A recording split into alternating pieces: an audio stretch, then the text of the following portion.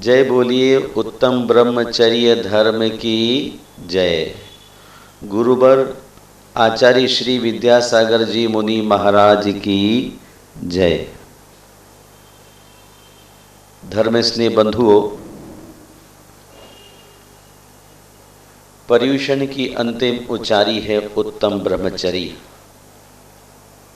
जिसका अर्थ है आत्मा का भोग। ब्रह्मणि चरति इति ब्रह्मचर्य। ब्रह्म शब्द का अर्थ है निर्मल ज्ञान स्वरूप आत्मा। उस आत्मा में लीन हो जाना, उसमें रमण करना, डूब जाना ब्रह्मचर्य है। सम्यक्तमयी भव्यात्माओं, जिसका मन अपने शरीर के प्रति निर्ममत्व हो गया है, उसी का वास्तविक ब्रह्मचर्य होता है, क्योंकि उसकी चेतना पूर्णता भीतर की ओर मुड़ जाती है। शारीरिक स्तर पर तो बहुत थोड़ा भोग होता है, कम भोग होता है, किंतु किसी वस्तु से राग पूर्वक जुड़ जाना भी अब ब्रह्म है। वह राग चाहे शुभ हो या अशुभ, समय सार में दोनों को कुशील कहा है, लेकिन यहां तक पहुंचने के लिए देह का संयम अनिवार्य है। लोक में ब्रह्मचर्य का अर्थ है आजीवन विवाह न करना, मन वचन और काय से पांचों पापों का नियंत्रण, पांचों इंद्रियों का संयम। जब तक अपने विचारों पर इतना अधिकार न हो जाए कि अपनी इच्छा के खिलाफ एक भी विचार न आए, तब तक पूर्ण ब्रह्मचर्य नहीं है। मणियों में वैडूरी मणि, आभूषणों में मुकुट, वस्त्रों में रेशमी वस्त्र, पुष्पों में गुलाब पुष्प, चंदनों में गोशीर चंदन, नदियों में सीतोदा नदी, पर्वतों में हिमवान पर्वत, समुद्रों में स्वयंभूरण समुद्र, हस्तियों में ऐरावत हाथी, स्वर्गों में ब्रह्म स्वर्ग, दानों में अभय दान, मुनियों में तीर्थंकर मुनि, वनों में नंदन वन,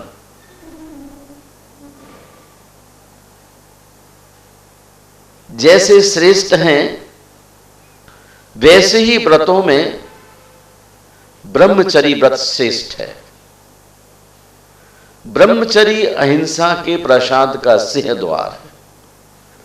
ब्रह्मचर्य ही यज्ञ है, उत्तम ज्ञान है, अपरिमित बल है। योग शास्त्र के 2 अध्याय 105वें श्लोक में लिखा है, ब्रह्मचर्य के आचरण से ही प्राणी दीर्घायु होता है, सुंदर आकार वाला होता है, दृढ़ शरीर वाला होता है, तेजस्वी होता है और महान बलशाली होता है। प्रिवेंशन इज क्योर देन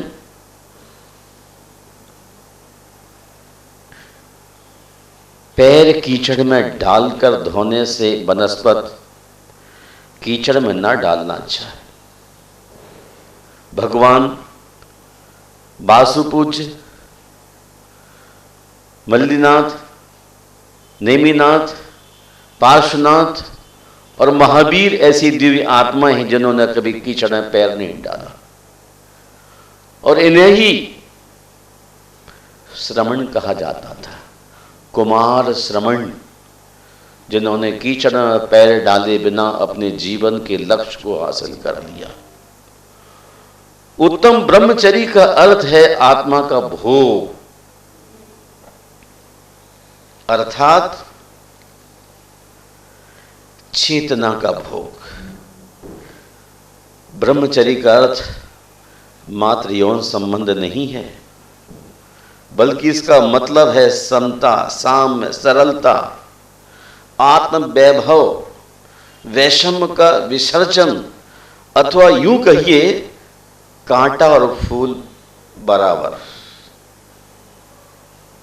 माटी और कंचन बराबर, झोपड़ी और महल बराबर, आंसू और मुस्कुराहट में समानता, नफा और नुकसान में समानता, पूनम और अमावस्या की रात में समानता, ऐसे संतुलन का नाम है ब्रह्मचर्य।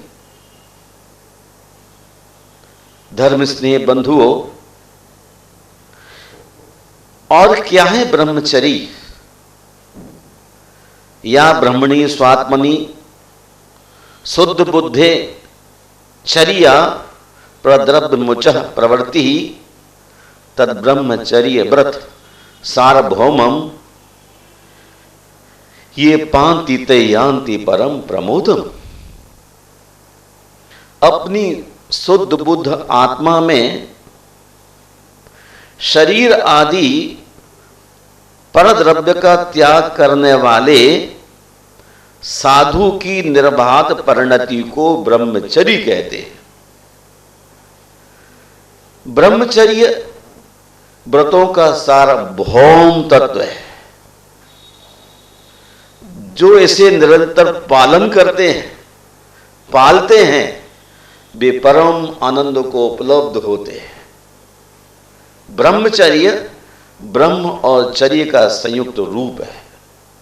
शब्दकोश में ब्रह्म के अनेक अर्थ मिलते हैं, जैसे ईश्वर, सच्चिदानंद स्वरूप, जगत का मूल तत्व, शुक्र, हिरण्यगर्भ, वेद, सत्य, प्रणव, ब्राह्मण, तपस्या इत्यादि इत्यादि।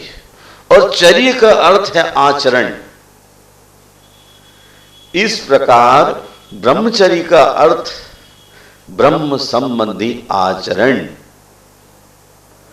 ब्रह्म शब्द का अर्थ है निर्मल ज्ञान स्वरूप आत्मा, और उसमें लीन हो जाना, डूब जाना। निष्पय वृत्ति में ही चेतना पूर्णता भीतर की ओर मुड़ जाती है। महानुभाव ऐसा आचरण युवा काल में किया जाए तो उपयोगी है।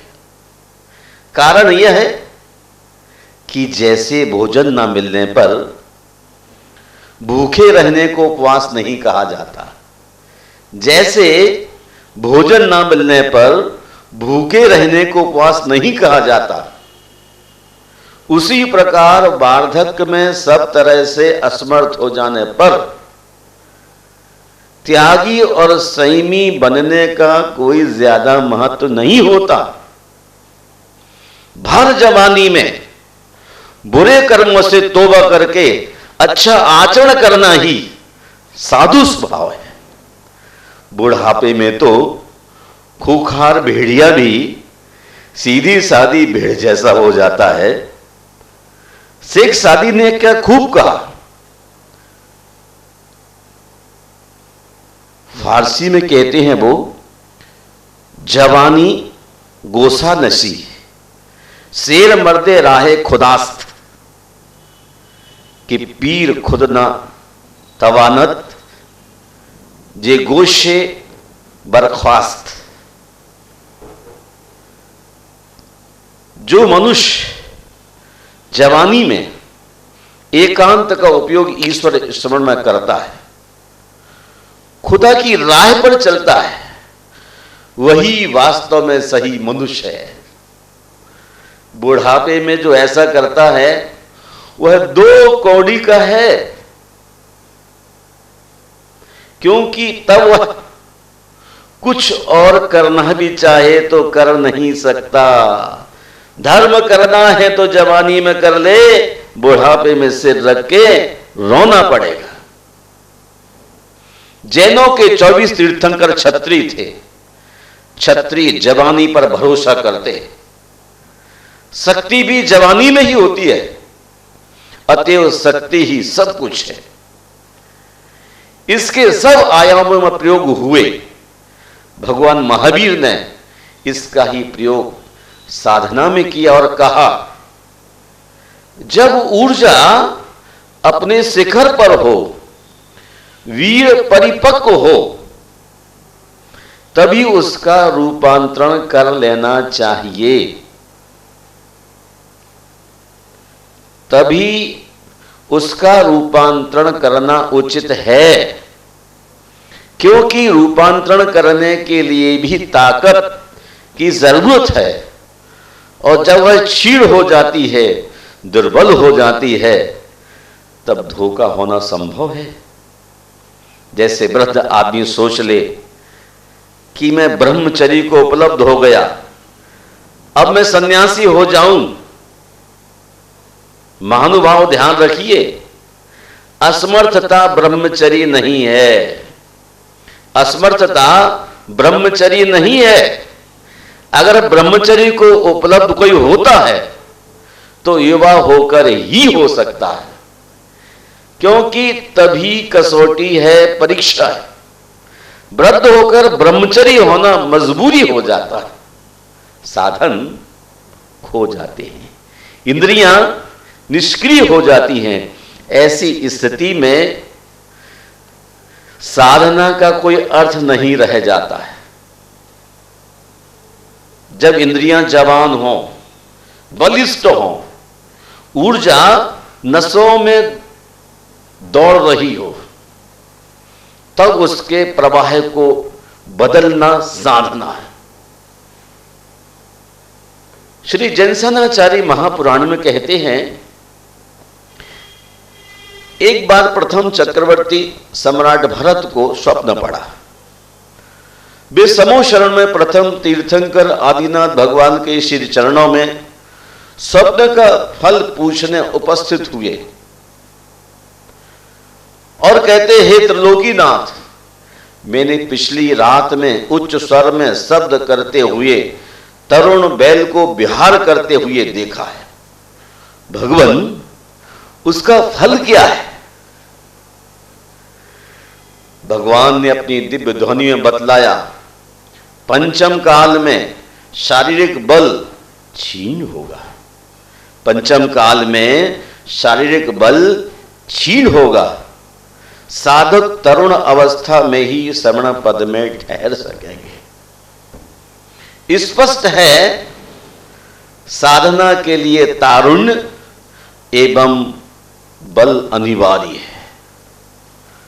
आराधना सार के संस्कृत टीकाकार विद्युद्वर्य रत्न कीर्ति जी इस बात का समर्थन करते हुए कहते हैं,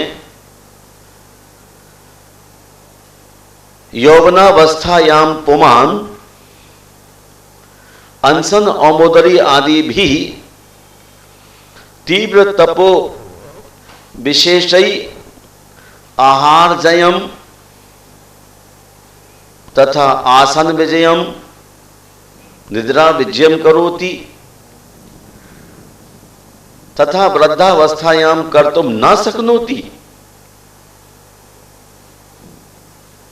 जिस प्रकार पुरुष यौवन अवस्था में अनशन, औमोदर्य आदि तीव्र तपों के द्वारा आहार विजय, आसन विजय, निद्रा विजय करता है, उस प्रकार वृद्धावस्था में नहीं कर सकता। सत्याभाव में स्वरूपाचरण में लीन होना आकाश कुसुम है। भिक्षु मूक फक जातक पाली भाषा में कहते हैं युवाचरे ब्रह्मचर्यम। युवाचरे ब्रह्मचर्यम ब्रह्मचारी युवासिया दहरस्य पब्बज्जा एतम इसे ही वर्णितम। तरुण ब्रह्मचारी हो और ब्रह्मचारी तरुण हो। ऋषियों ने तरुण की प्रवज्ञा के ही गीत गाए हैं, गुण गाए। युवक सन्यासी हो एवं जीवन ऊर्जा के शिखर पर हो और तभी रूपांतरण शुरू हो जाए। इसी में यौवन और जीवन की सार्थकता है। महानुभाव, जिन लोगों ने ब्रह्मचर्य का पालन नहीं किया वे मछलियों रहित जलाशय में वृद्ध क्रौंच पक्षी के समान चिंता युक्त होते। महात्मा बुद्ध का उपदेश है, आचरित्वा ब्रह्मचर्यम अलब्धा औवनेधनम सेंति च पाति क्षीणा वा पुराणानी अनुत्थनम। जिन लोगों ने ब्रह्मचर्य का पालन नहीं किया और युवावस्था में धन की प्राप्ति नहीं की, वे लोग टूटे हुए धनुष पर चढ़े हुए बाण के समान निष्फल है। महात्मा गांधी ने ब्रह्म का अर्थ सत्य बतलाया है और चर्या का अर्थ साधना से लिया है। वे कहते हैं सत्य की साधना को ब्रह्मचर्य। काका कालेलकर ने जितेंद्रियता के अर्थ में ब्रह्मचर्य शब्द का प्रयोग किया है, अर्थात परम तत्व, परम सत्य का साक्षात्कार करने के लिए ब्रह्मचर्य की साधना आवश्यक है। यह साधना कर्मेंद्रियों, ज्ञानेंद्रियों, मन, बुद्धि आदि सर्वांगों से करना चाहिए।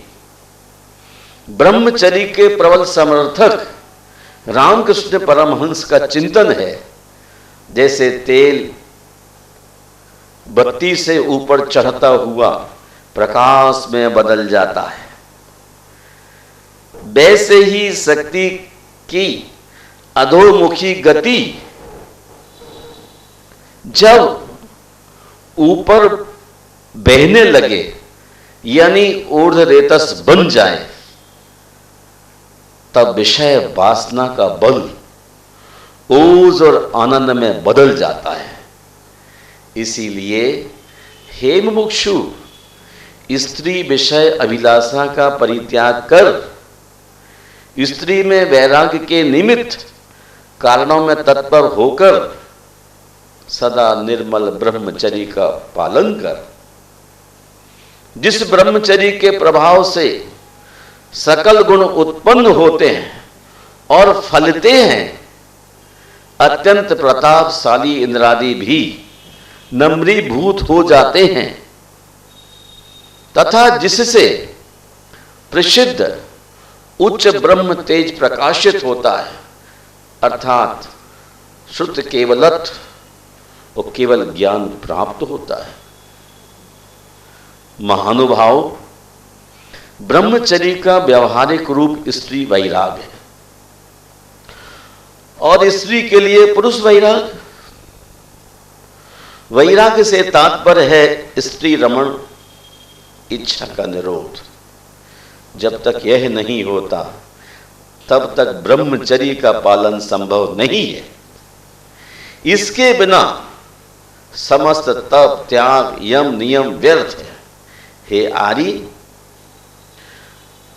कुसंगति में दुर्गुण है और सुसंगति में सद्गुण।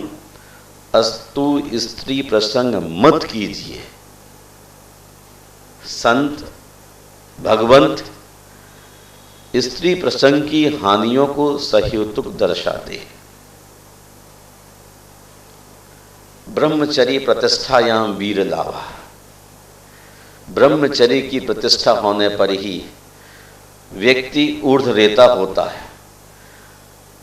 जिसका वीर नीचे न उतरे और मस्तिष्क में जाकर के संग्रहित हो जाए, उसे ऊर्ध्वरेता कहते हैं। शाद्वाद मंजरी में एक श्लोक आता है, एक रात्रौ सितश्यापि या गतर ब्रह्मचारिणा नासा ऋतु सहस्रेण प्राप्तुम शक्य युधिष्ठिर।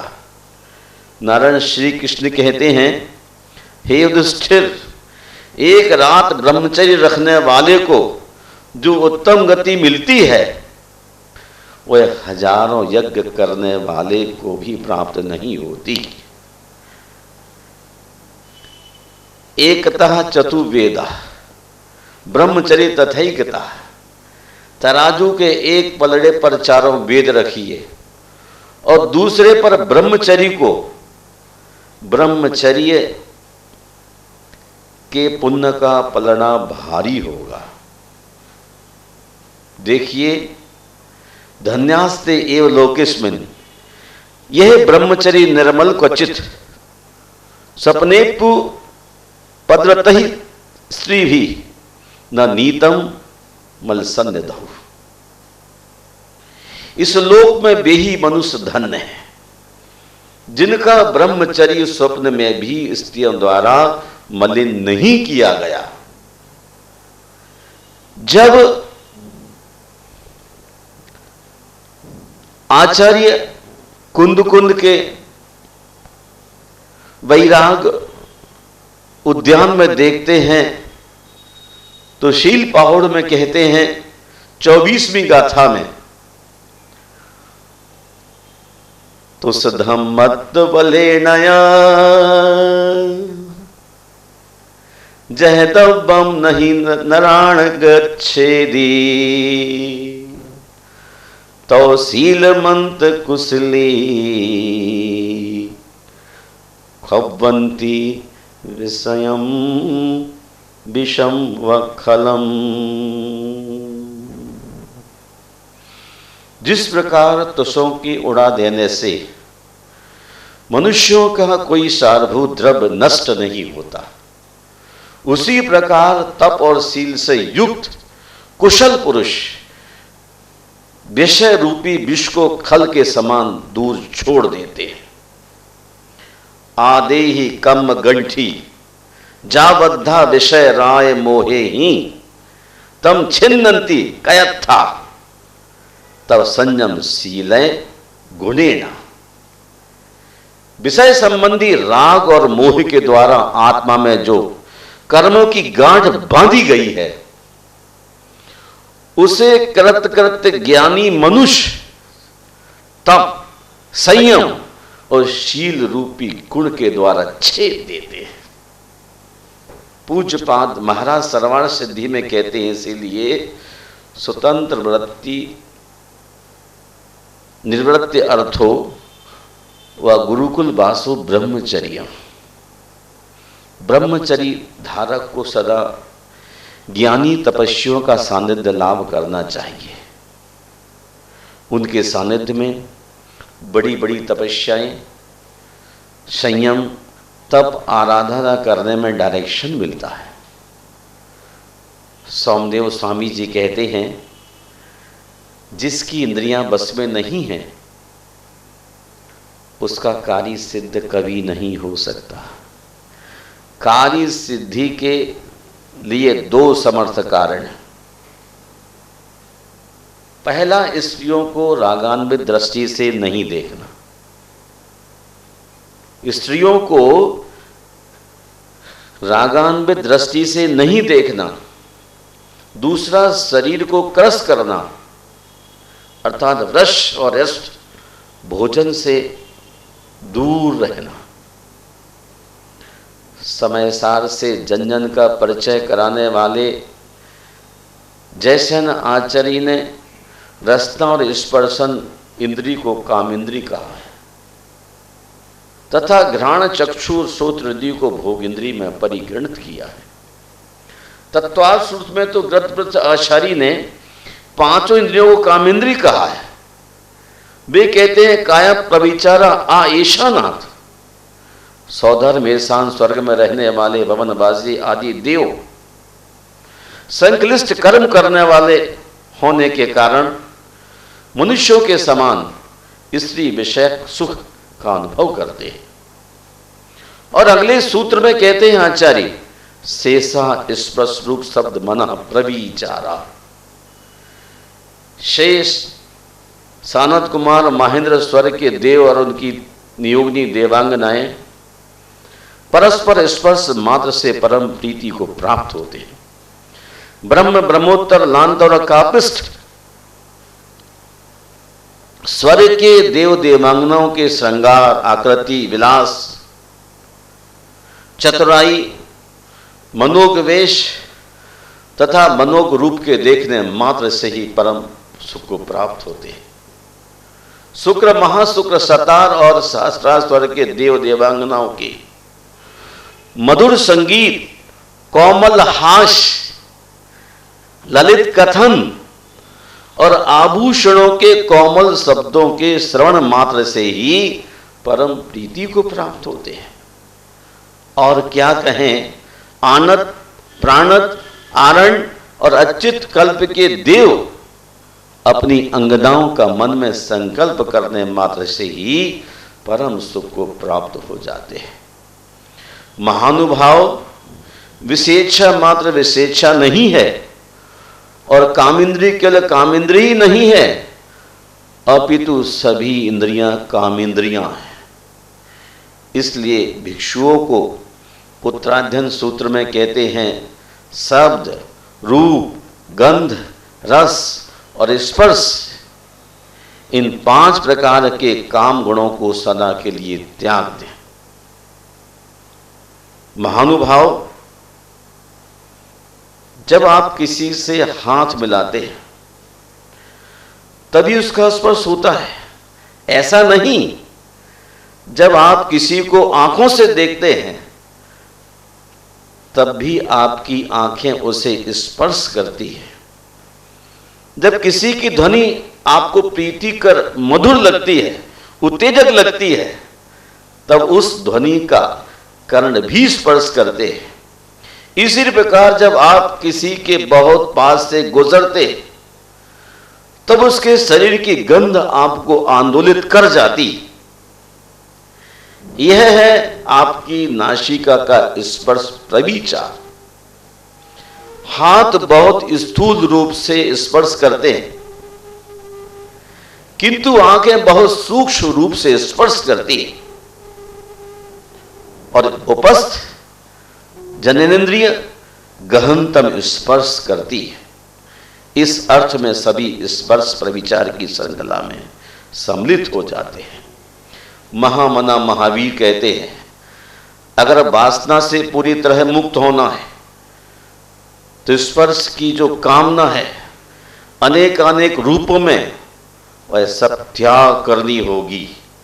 आंख से भी भोग ना हो, नाक से भी भोग ना हो और कान से भी भोग ना हो। भोग वृत्ति इंद्रियों के द्वार से बाहर यात्रा ना करें। जब आप किसी को राग दृष्टि से देखना चाहते हैं तब समझ लीजिए कि कामेच्छा शुरू हो गई।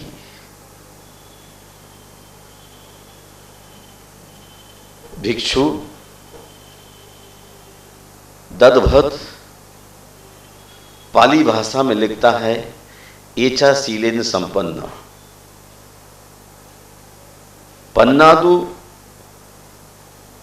पसमे रता आरता बिड़ता धीरा न होंती परपत्तिया। जो शीलवान है, जो प्रज्ञा द्वारा चित्ताग्नि को शांत करने में रत है, जो पाप कर्मों से दूर है तथा जो पूर्णता व्रत है, वे धीर जन दूसरों का अंधानुकरण करने वाले नहीं होते। शंकराचार्य प्रश्नोत्तरी में कहते हैं, किम भूषणाद आभूषणम अस्ति, उत्तर में कहते शीलम। भूषणों में उत्तम भूषण क्या है? शंकराचार्य का जवाब था शील। आचार्य सोमदेव कथा सरस सागर में लिखते हैं, शीलम ही विदुषाम धनम, शील ही विद्वानों का धन है। और बृहस्पति नीति सार में लिखते हैं, विप्राणाम भूषणम विद्या, पृथिव्याम भूषणम नृपः, नमुषो भूषणम चंद्र, शीलम सर्वस्व भूषणम। गोस्वामी तुलसीदास को जब याद करते हैं तो ध्यान आता है, रामचरितमानस में उन्होंने कहा है, शील की मिलु बिन बुध सेवकाई। क्या विद्वानों की सेवा बिना शील प्राप्त हो सकता है? क्या विद्वानों की सेवा बिना शील की प्राप्ति हो सकती है? नहीं।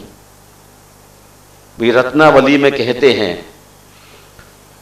सती बनत जीवन लगे, सती बनत जीवन लगे, असती बनत न देर, गिरत देर लागे कहां, चढ़बो कठिन सुमेर। सती बनत जीवन लगे, शील की साधना करते करते उम्र खो जाती है। असती बनत न देर, गिरने में क्या देर, गिरत देर लागे कहां, चढ़बो कठिन सुमेर। सुमेरु पर्वत चढ़ना कितना कठिन है, पर नीचे गिरना बहुत आसान है। हमें आचार्य कभी स्वयंभू पौमचरित में याद आते हैं। वे कहते हैं, सगेण भी काई जाहि चारित्र हो खंड नौ, किम समलह नेण बहुपुणु, सीलू जे मंड नौ। उस स्वर्ग से भी क्या जहां चारित्र का खंडन हो, सगेण भी काई जाई, उस स्वर्ग से भी क्या जहां चरित्र हो खंड नौ, चारित्र का खंडन हो जाए। यदि मैं सील से विभूषित हूं तो मुझे अन्य सुंदर अलंकारों की कोई आवश्यकता नहीं। महानुभाव धम्मिक ठेर भिक्खु का उपदेश है, न अत्त हेतु न परस्य हेतु, न पुत्र मिच्छे न धनम न रट्ठम, न इच्छेय अधम्येन समिध्यमत्तनो सशीलवा पंचवा धम्मिको सिया। जो मनुष्य न अपने लिए और न दूसरों के लिए, न पुत्र के लिए धन और राज्य की अभिलाषा नहीं करता, ना ही जो अधर्म द्वारा अपनी समृद्धि की इच्छा करता, वही शीलवान धार्मिक व्यक्ति कहलाता है।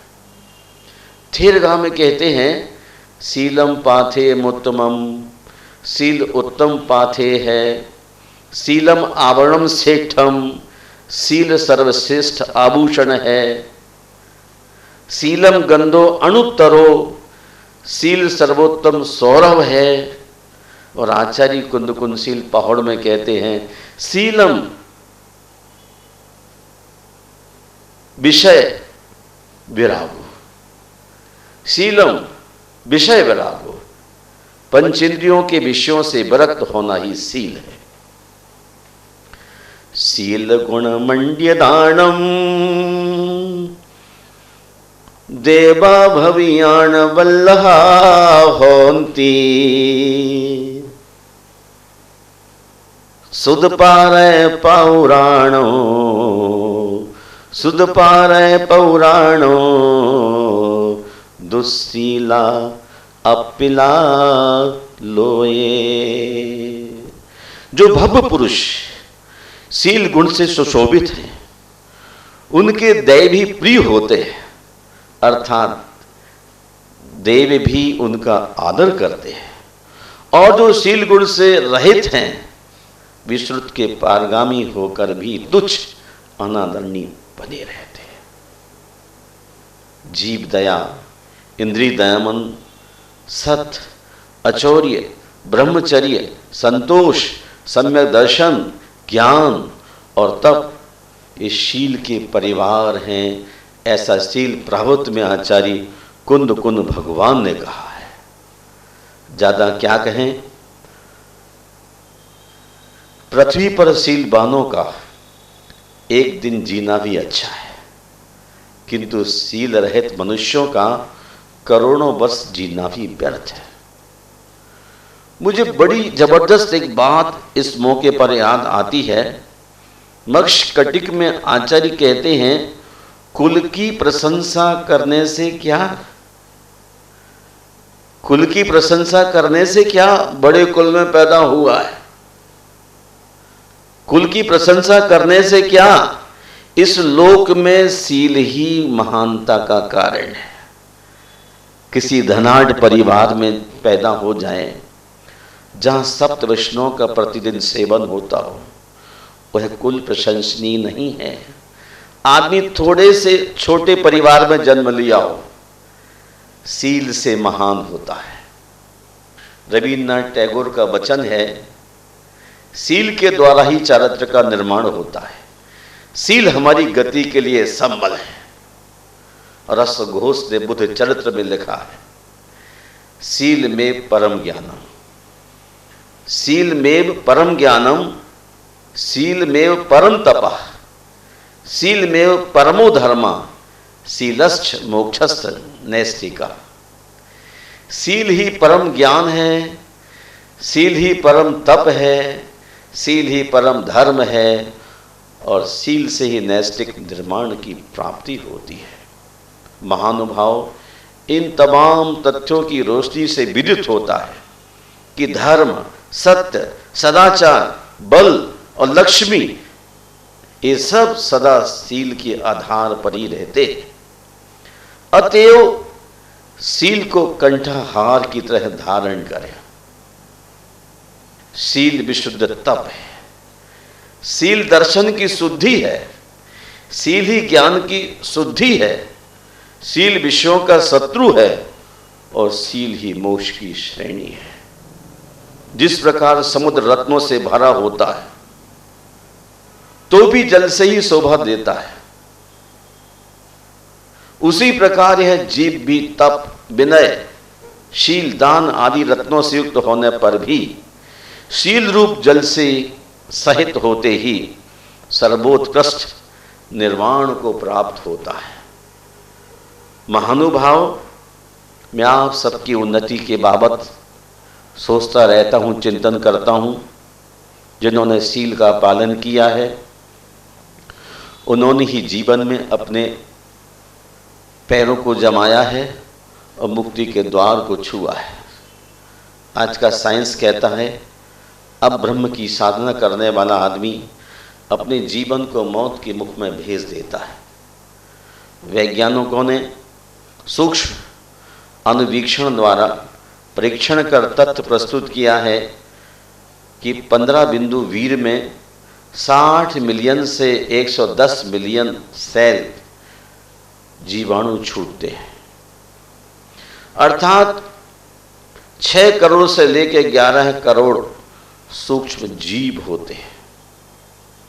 जीवों का आकार बाल्यावस्था में स्थित पूछदारी शिशु मेंढक या कहिए प्यूपा के सदृश होता है।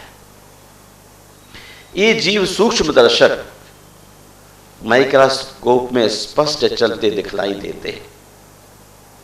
सामने का भाग सिर के समान और पीछे का भाग पूंछ के समान होता है। सिर को आगे करके वे जीव संचरण करते हैं, चलते हैं। माता का रज एसिड और पिता का वीर एल्केलाइन दोनों के रासायनिक मिश्रण होने के कारण जो रासायनिक प्रतिक्रिया होती है उससे उस वीर में रहने वाले जीवों का संहार होता है। अतएव इस महान हिंसा से बचने के लिए तीर्थंकरों ने ब्रह्मचर्य को सर्वोत्तम पुण्य और अब्रह्म को महापाप कहा है। मैं आप सबके लिए उत्तम ब्रह्मचर्य के दिन आत्मा के निर्मलीकरण करने की भावना से कहना चाहता हूँ। पश्चिम संस्कृति से प्रभावित न होते हुए भारतीय कल्चर में 5 बाल ब्रह्मचारी तीर्थंकरों का ध्यान करते हुए अपने जीवन को तेजस्वी बनाने, संयम में बनाने और महावीर जैसे होने के लिए आप अष्टमी का, चतुर्दशी का, अष्टानिक और पर्युषण जैसे महान पर्वों में कम से कम ब्रह्मचर्य की आराधना करने के लिए प्रवृत्त हों। एक बार एक दार्शनिक से किसी ने पूछा कि हमें स्त्री संपर्क कब करना चाहिए? उसने कहा जिंदगी में एक बार। तीर्थंकर एक बार ही स्त्री का स्पर्श करते, ऐसा ना हो सके तो उसने कहा वर्ष में एक बार।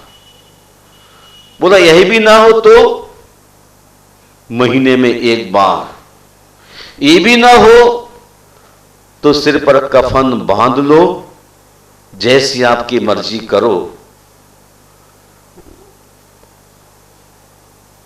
अब ब्रह्म से जीवन मलिन होता है, ब्रह्मचर्य से जीवन का उजास फैलता है।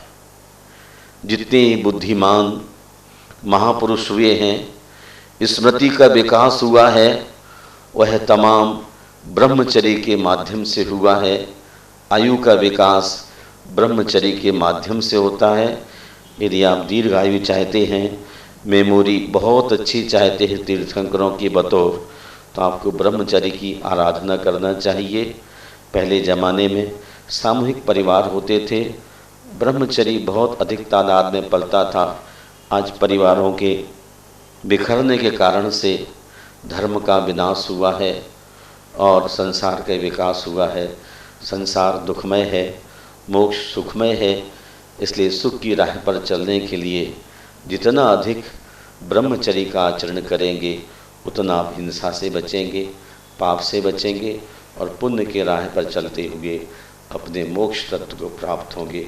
इन्हीं शब्दों के साथ उत्तम ब्रह्मचर्य धर्म की जय।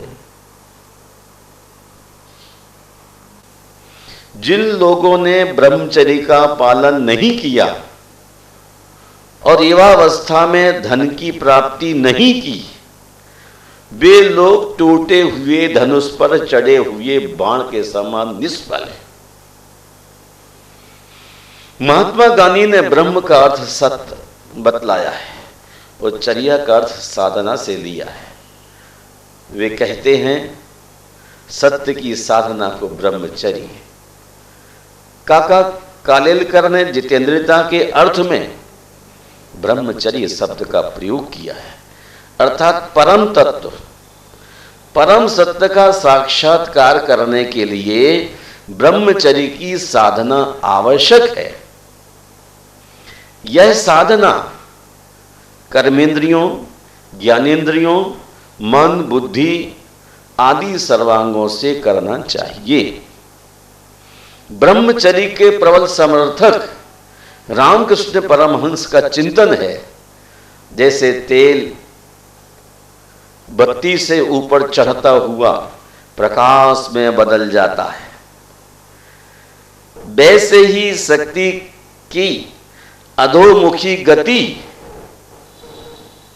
जब ऊपर बहने लगे, यानी ऊर्ध्व रेतस बन जाए,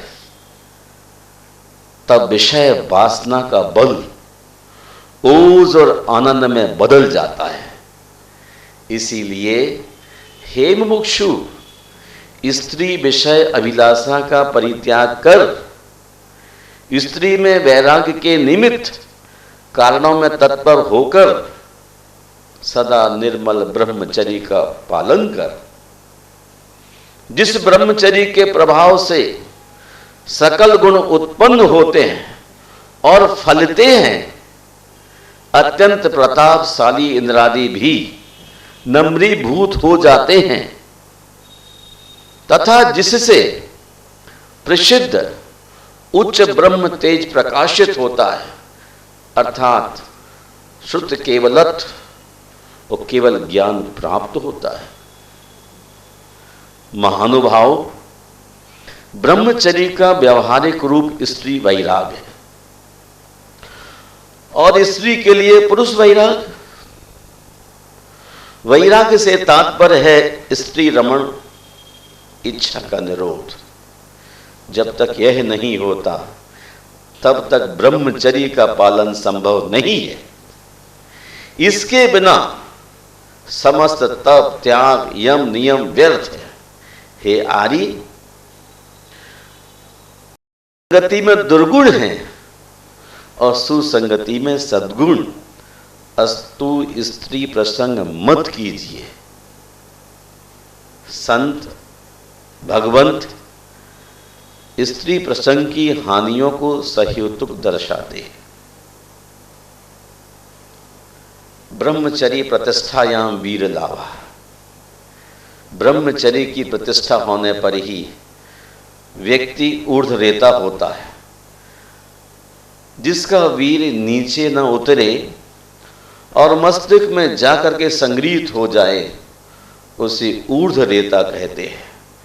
शाद्वाद मंजरी में एक श्लोक आता है, एक रात्रौ सितश्यापि या गतर ब्रह्मचारिणा नासा ऋतु सहस्रेण प्राप्तुम शक्य युधिष्ठिरा।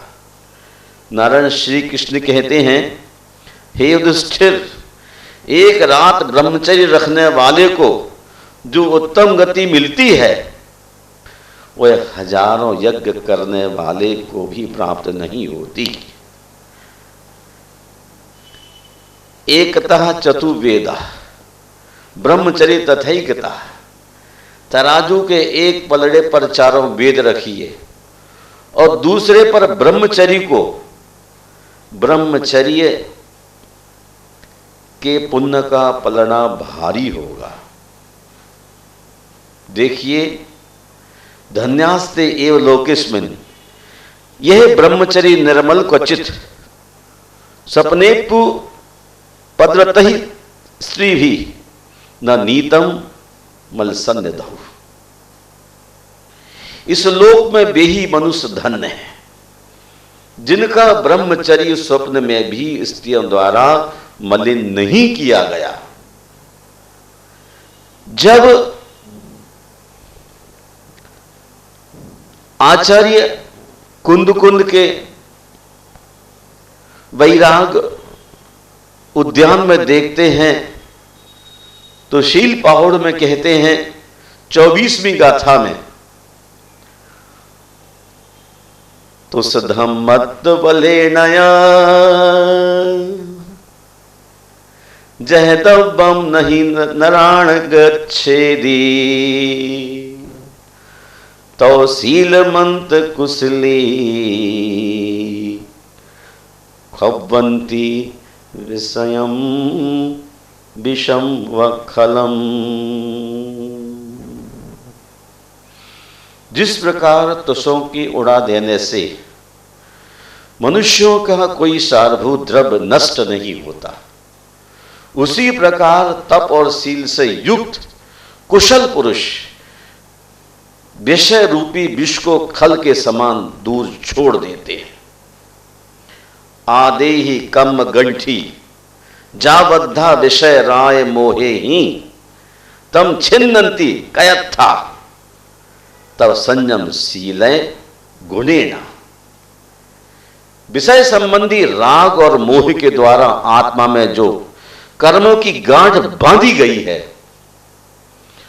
उसे कृत कृत ज्ञानी मनुष्य तप, संयम और शील रूपी गुण के द्वारा छेद देते हैं। पूज्यपाद महाराज सर्वाण सिद्धि में कहते हैं, इसीलिए स्वतंत्र वृत्ति निर्वृत्ति अर्थो व गुरुकुल वासो ब्रह्मचर्य। ब्रह्मचर्य धारक को सदा ज्ञानी तपस्वियों का सानिध्य लाभ करना चाहिए। उनके सानिध्य में बड़ी बड़ी तपस्याएं, संयम, तप, आराधना करने में डायरेक्शन मिलता है। सोमदेव स्वामी जी कहते हैं, जिसकी इंद्रियां बस में नहीं हैं उसका कार्य सिद्ध कभी नहीं हो सकता। कार्य सिद्धि के लिए दो समर्थ कारण हैं। पहला, स्त्रियों को रागान्वित दृष्टि से नहीं देखना। स्त्रियों को रागान्वित दृष्टि से नहीं देखना। दूसरा, शरीर को क्रश करना अर्थात रस और रस्ट भोजन से दूर रहना। समय सार से जन जन का परिचय कराने वाले जैसे न आचार्य ने रसना और स्पर्शन इंद्री को काम इंद्री कहा है, तथा घ्राण चक्षु श्रोत्र हृदय को भोग इंद्री में परिगणित किया है।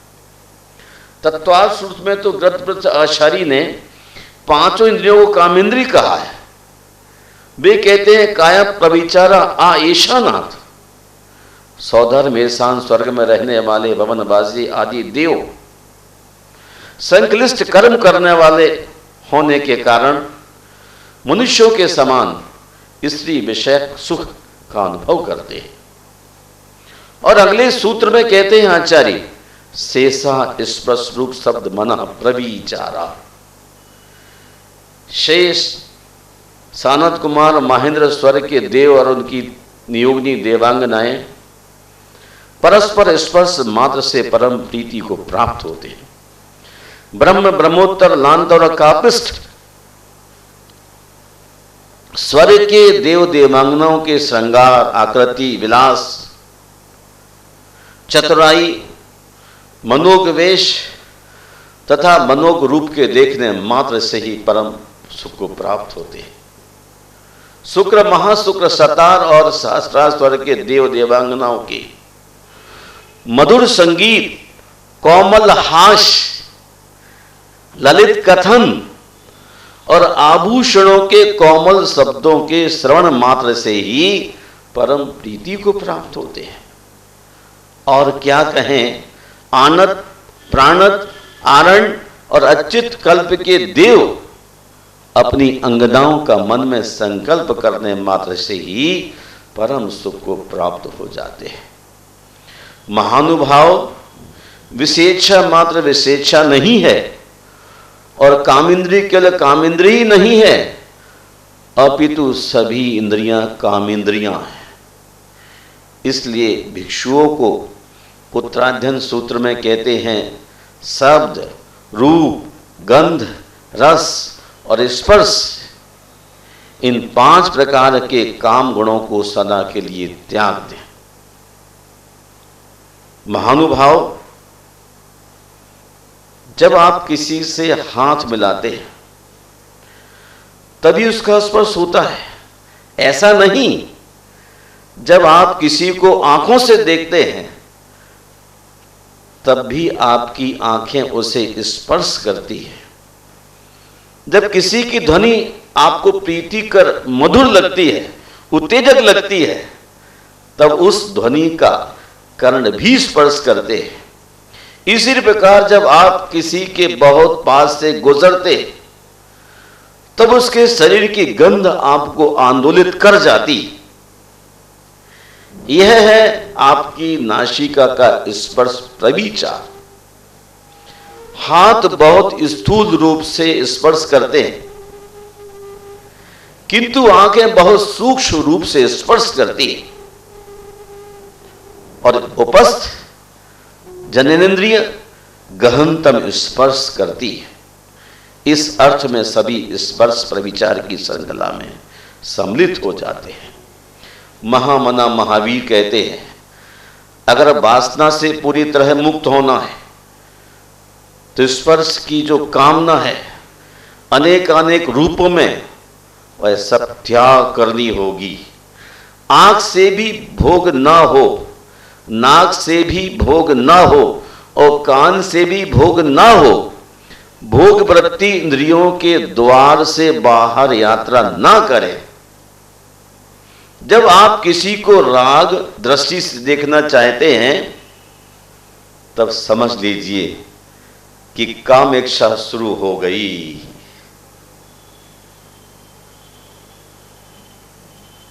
भिक्षु ददभत पाली भाषा में लिखता है एचा शीलेन संपन्न पन्नादु पसमे रता आरता बिड़ता धीरा न होंती परपत्तिया। जो शीलवान है, जो प्रज्ञा द्वारा चित्ताग्नि को शांत करने में रत है, जो पाप कर्मों से दूर है तथा जो पूर्णता व्रत है, वे धीर जन दूसरों का अंधानुकरण करने वाले नहीं होते। शंकराचार्य प्रश्नोत्तरी में कहते हैं, किम भूषणात् आभूषणम अस्ति, उत्तर में कहते शीलम। भूषणों में उत्तम भूषण क्या है? शंकराचार्य का जवाब था सील। आचार्य सोमदेव कथा सरस सागर में लिखते हैं, शीलम ही विदुषाम धनम, सील ही विद्वानों का धन है। और बृहस्पति नीति सार में लिखते हैं, विप्राणाम भूषणम विद्या, पृथिव्याम भूषणम नृपः, नमुषो भूषणम चंद्र, शीलम सर्वस्व भूषणम। गोस्वामी तुलसीदास को जब याद करते हैं तो ध्यान आता है, रामचरितमानस में उन्होंने कहा है, सील की मिलु बिन बुध सेवकाई। क्या विद्वानों की सेवा बिना सील प्राप्त हो सकता है? क्या विद्वानों की सेवा बिना सील की प्राप्ति हो सकती है? नहीं। वे रत्नावली में कहते हैं, सती बनत जीवन लगे, सती बनत जीवन लगे, असती बनत न देर, गिरत देर लागे कहां, चढ़बो कठिन सुमेर। सती बनत जीवन लगे, सील की साधना करते करते उम्र खो जाती है। असती बनत न देर, गिरने में क्या देर, गिरत देर लागे कहां, चढ़बो कठिन सुमेर। सुमेरु पर्वत चढ़ना कितना कठिन है, पर नीचे गिरना बहुत आसान है। हमें आचार्य कवि स्वयंभू पवनचरित में याद आते हैं। वे कहते हैं, सगेण भी काई जाहि चारित्र हो खंड नौ, किम समलह नेण महुपुणु, सीलु जे मंड नौ। उस स्वर्ग से भी क्या जहां चारित्र का खंडन हो, सगेण भी काई जाई। उस स्वर्ग से भी क्या जहां चरित्र हो खंड नौ, चारित्र का खंडन हो जाए। यदि मैं सील से विभूषित हूं तो मुझे अन्य सुंदर अलंकारों की कोई आवश्यकता नहीं। महानुभाव धम्मिक ठेर भिक्खु का उपदेश है, न अत्त हेतु न परस्य हेतु, न पुत्र मिच्छे न धनम न रट्ठम, न इच्छेय अधम्मेन समिध्यमत्तनो सशीलवा पंचवा धम्मिको सिया। जो मनुष्य न अपने लिए और न दूसरों के लिए, न पुत्र के लिए धन और राज्य की अभिलाषा नहीं करता, ना ही जो अधर्म द्वारा अपनी समृद्धि की इच्छा करता, वही शीलवान धार्मिक व्यक्ति कहलाता है। थेरगाह में कहते हैं, शीलम पाथे मुत्तमम, शील उत्तम पाथे है, शीलम आवरणम श्रेष्ठम, शील सर्वश्रेष्ठ आभूषण है, शीलम गंधो अणुत्तरो, शील सर्वोत्तम सौरभ है। और आचार्य कुंद शील पहाड़ में कहते हैं, शीलम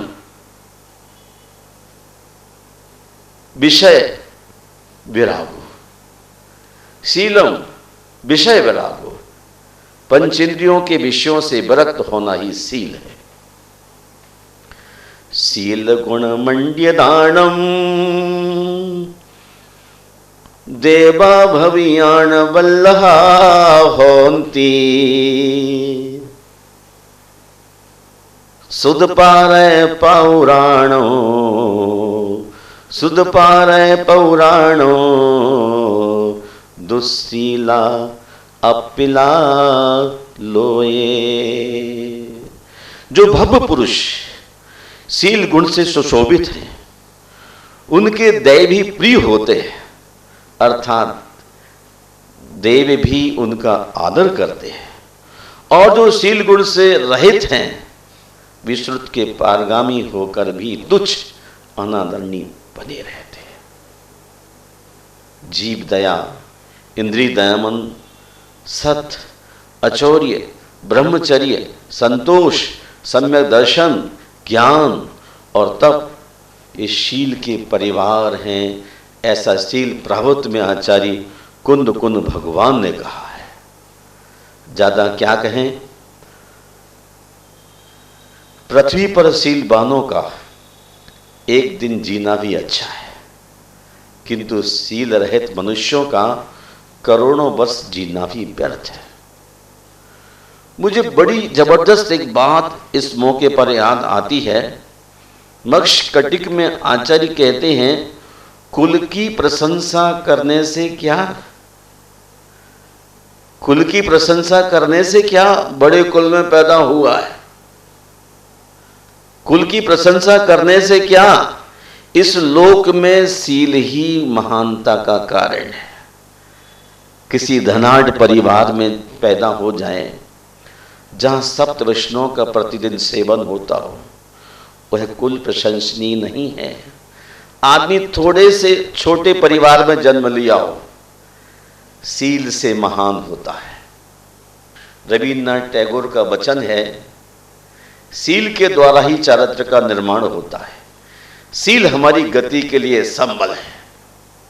रस घोष ने बुद्ध चरित्र में लिखा है, शील में परम ज्ञानम, शील में परम ज्ञानम, शील में परम तपः, शील में परमो धर्मा, शीलश्च मोक्षश्च नैष्ठिका।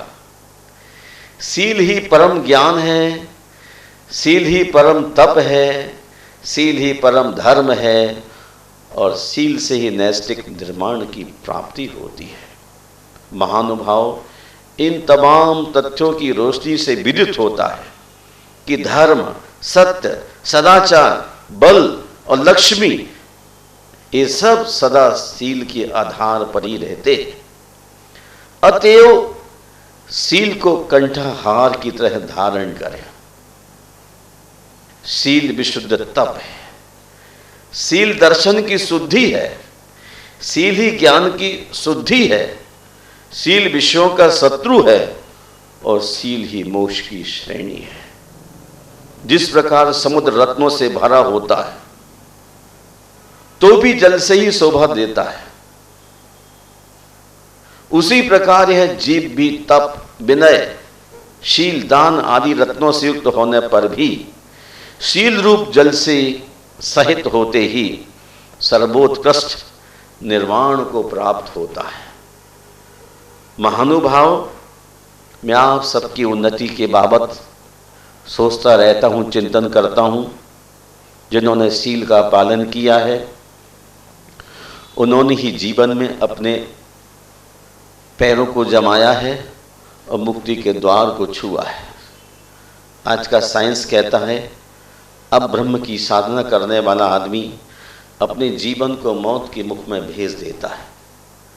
वैज्ञानिकों ने सूक्ष्म अनुवीक्षण द्वारा परीक्षण कर तथ्य प्रस्तुत किया है कि 15 बिंदु वीर में 60 मिलियन से 110 मिलियन सेल जीवाणु छूटते हैं, अर्थात 6 करोड़ से लेकर 11 करोड़ सूक्ष्म जीव होते हैं।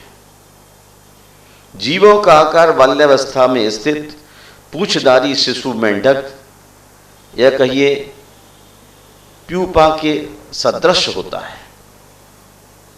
ये जीव सूक्ष्म दर्शक माइक्रोस्कोप में स्पष्ट चलते दिखलाई देते हैं।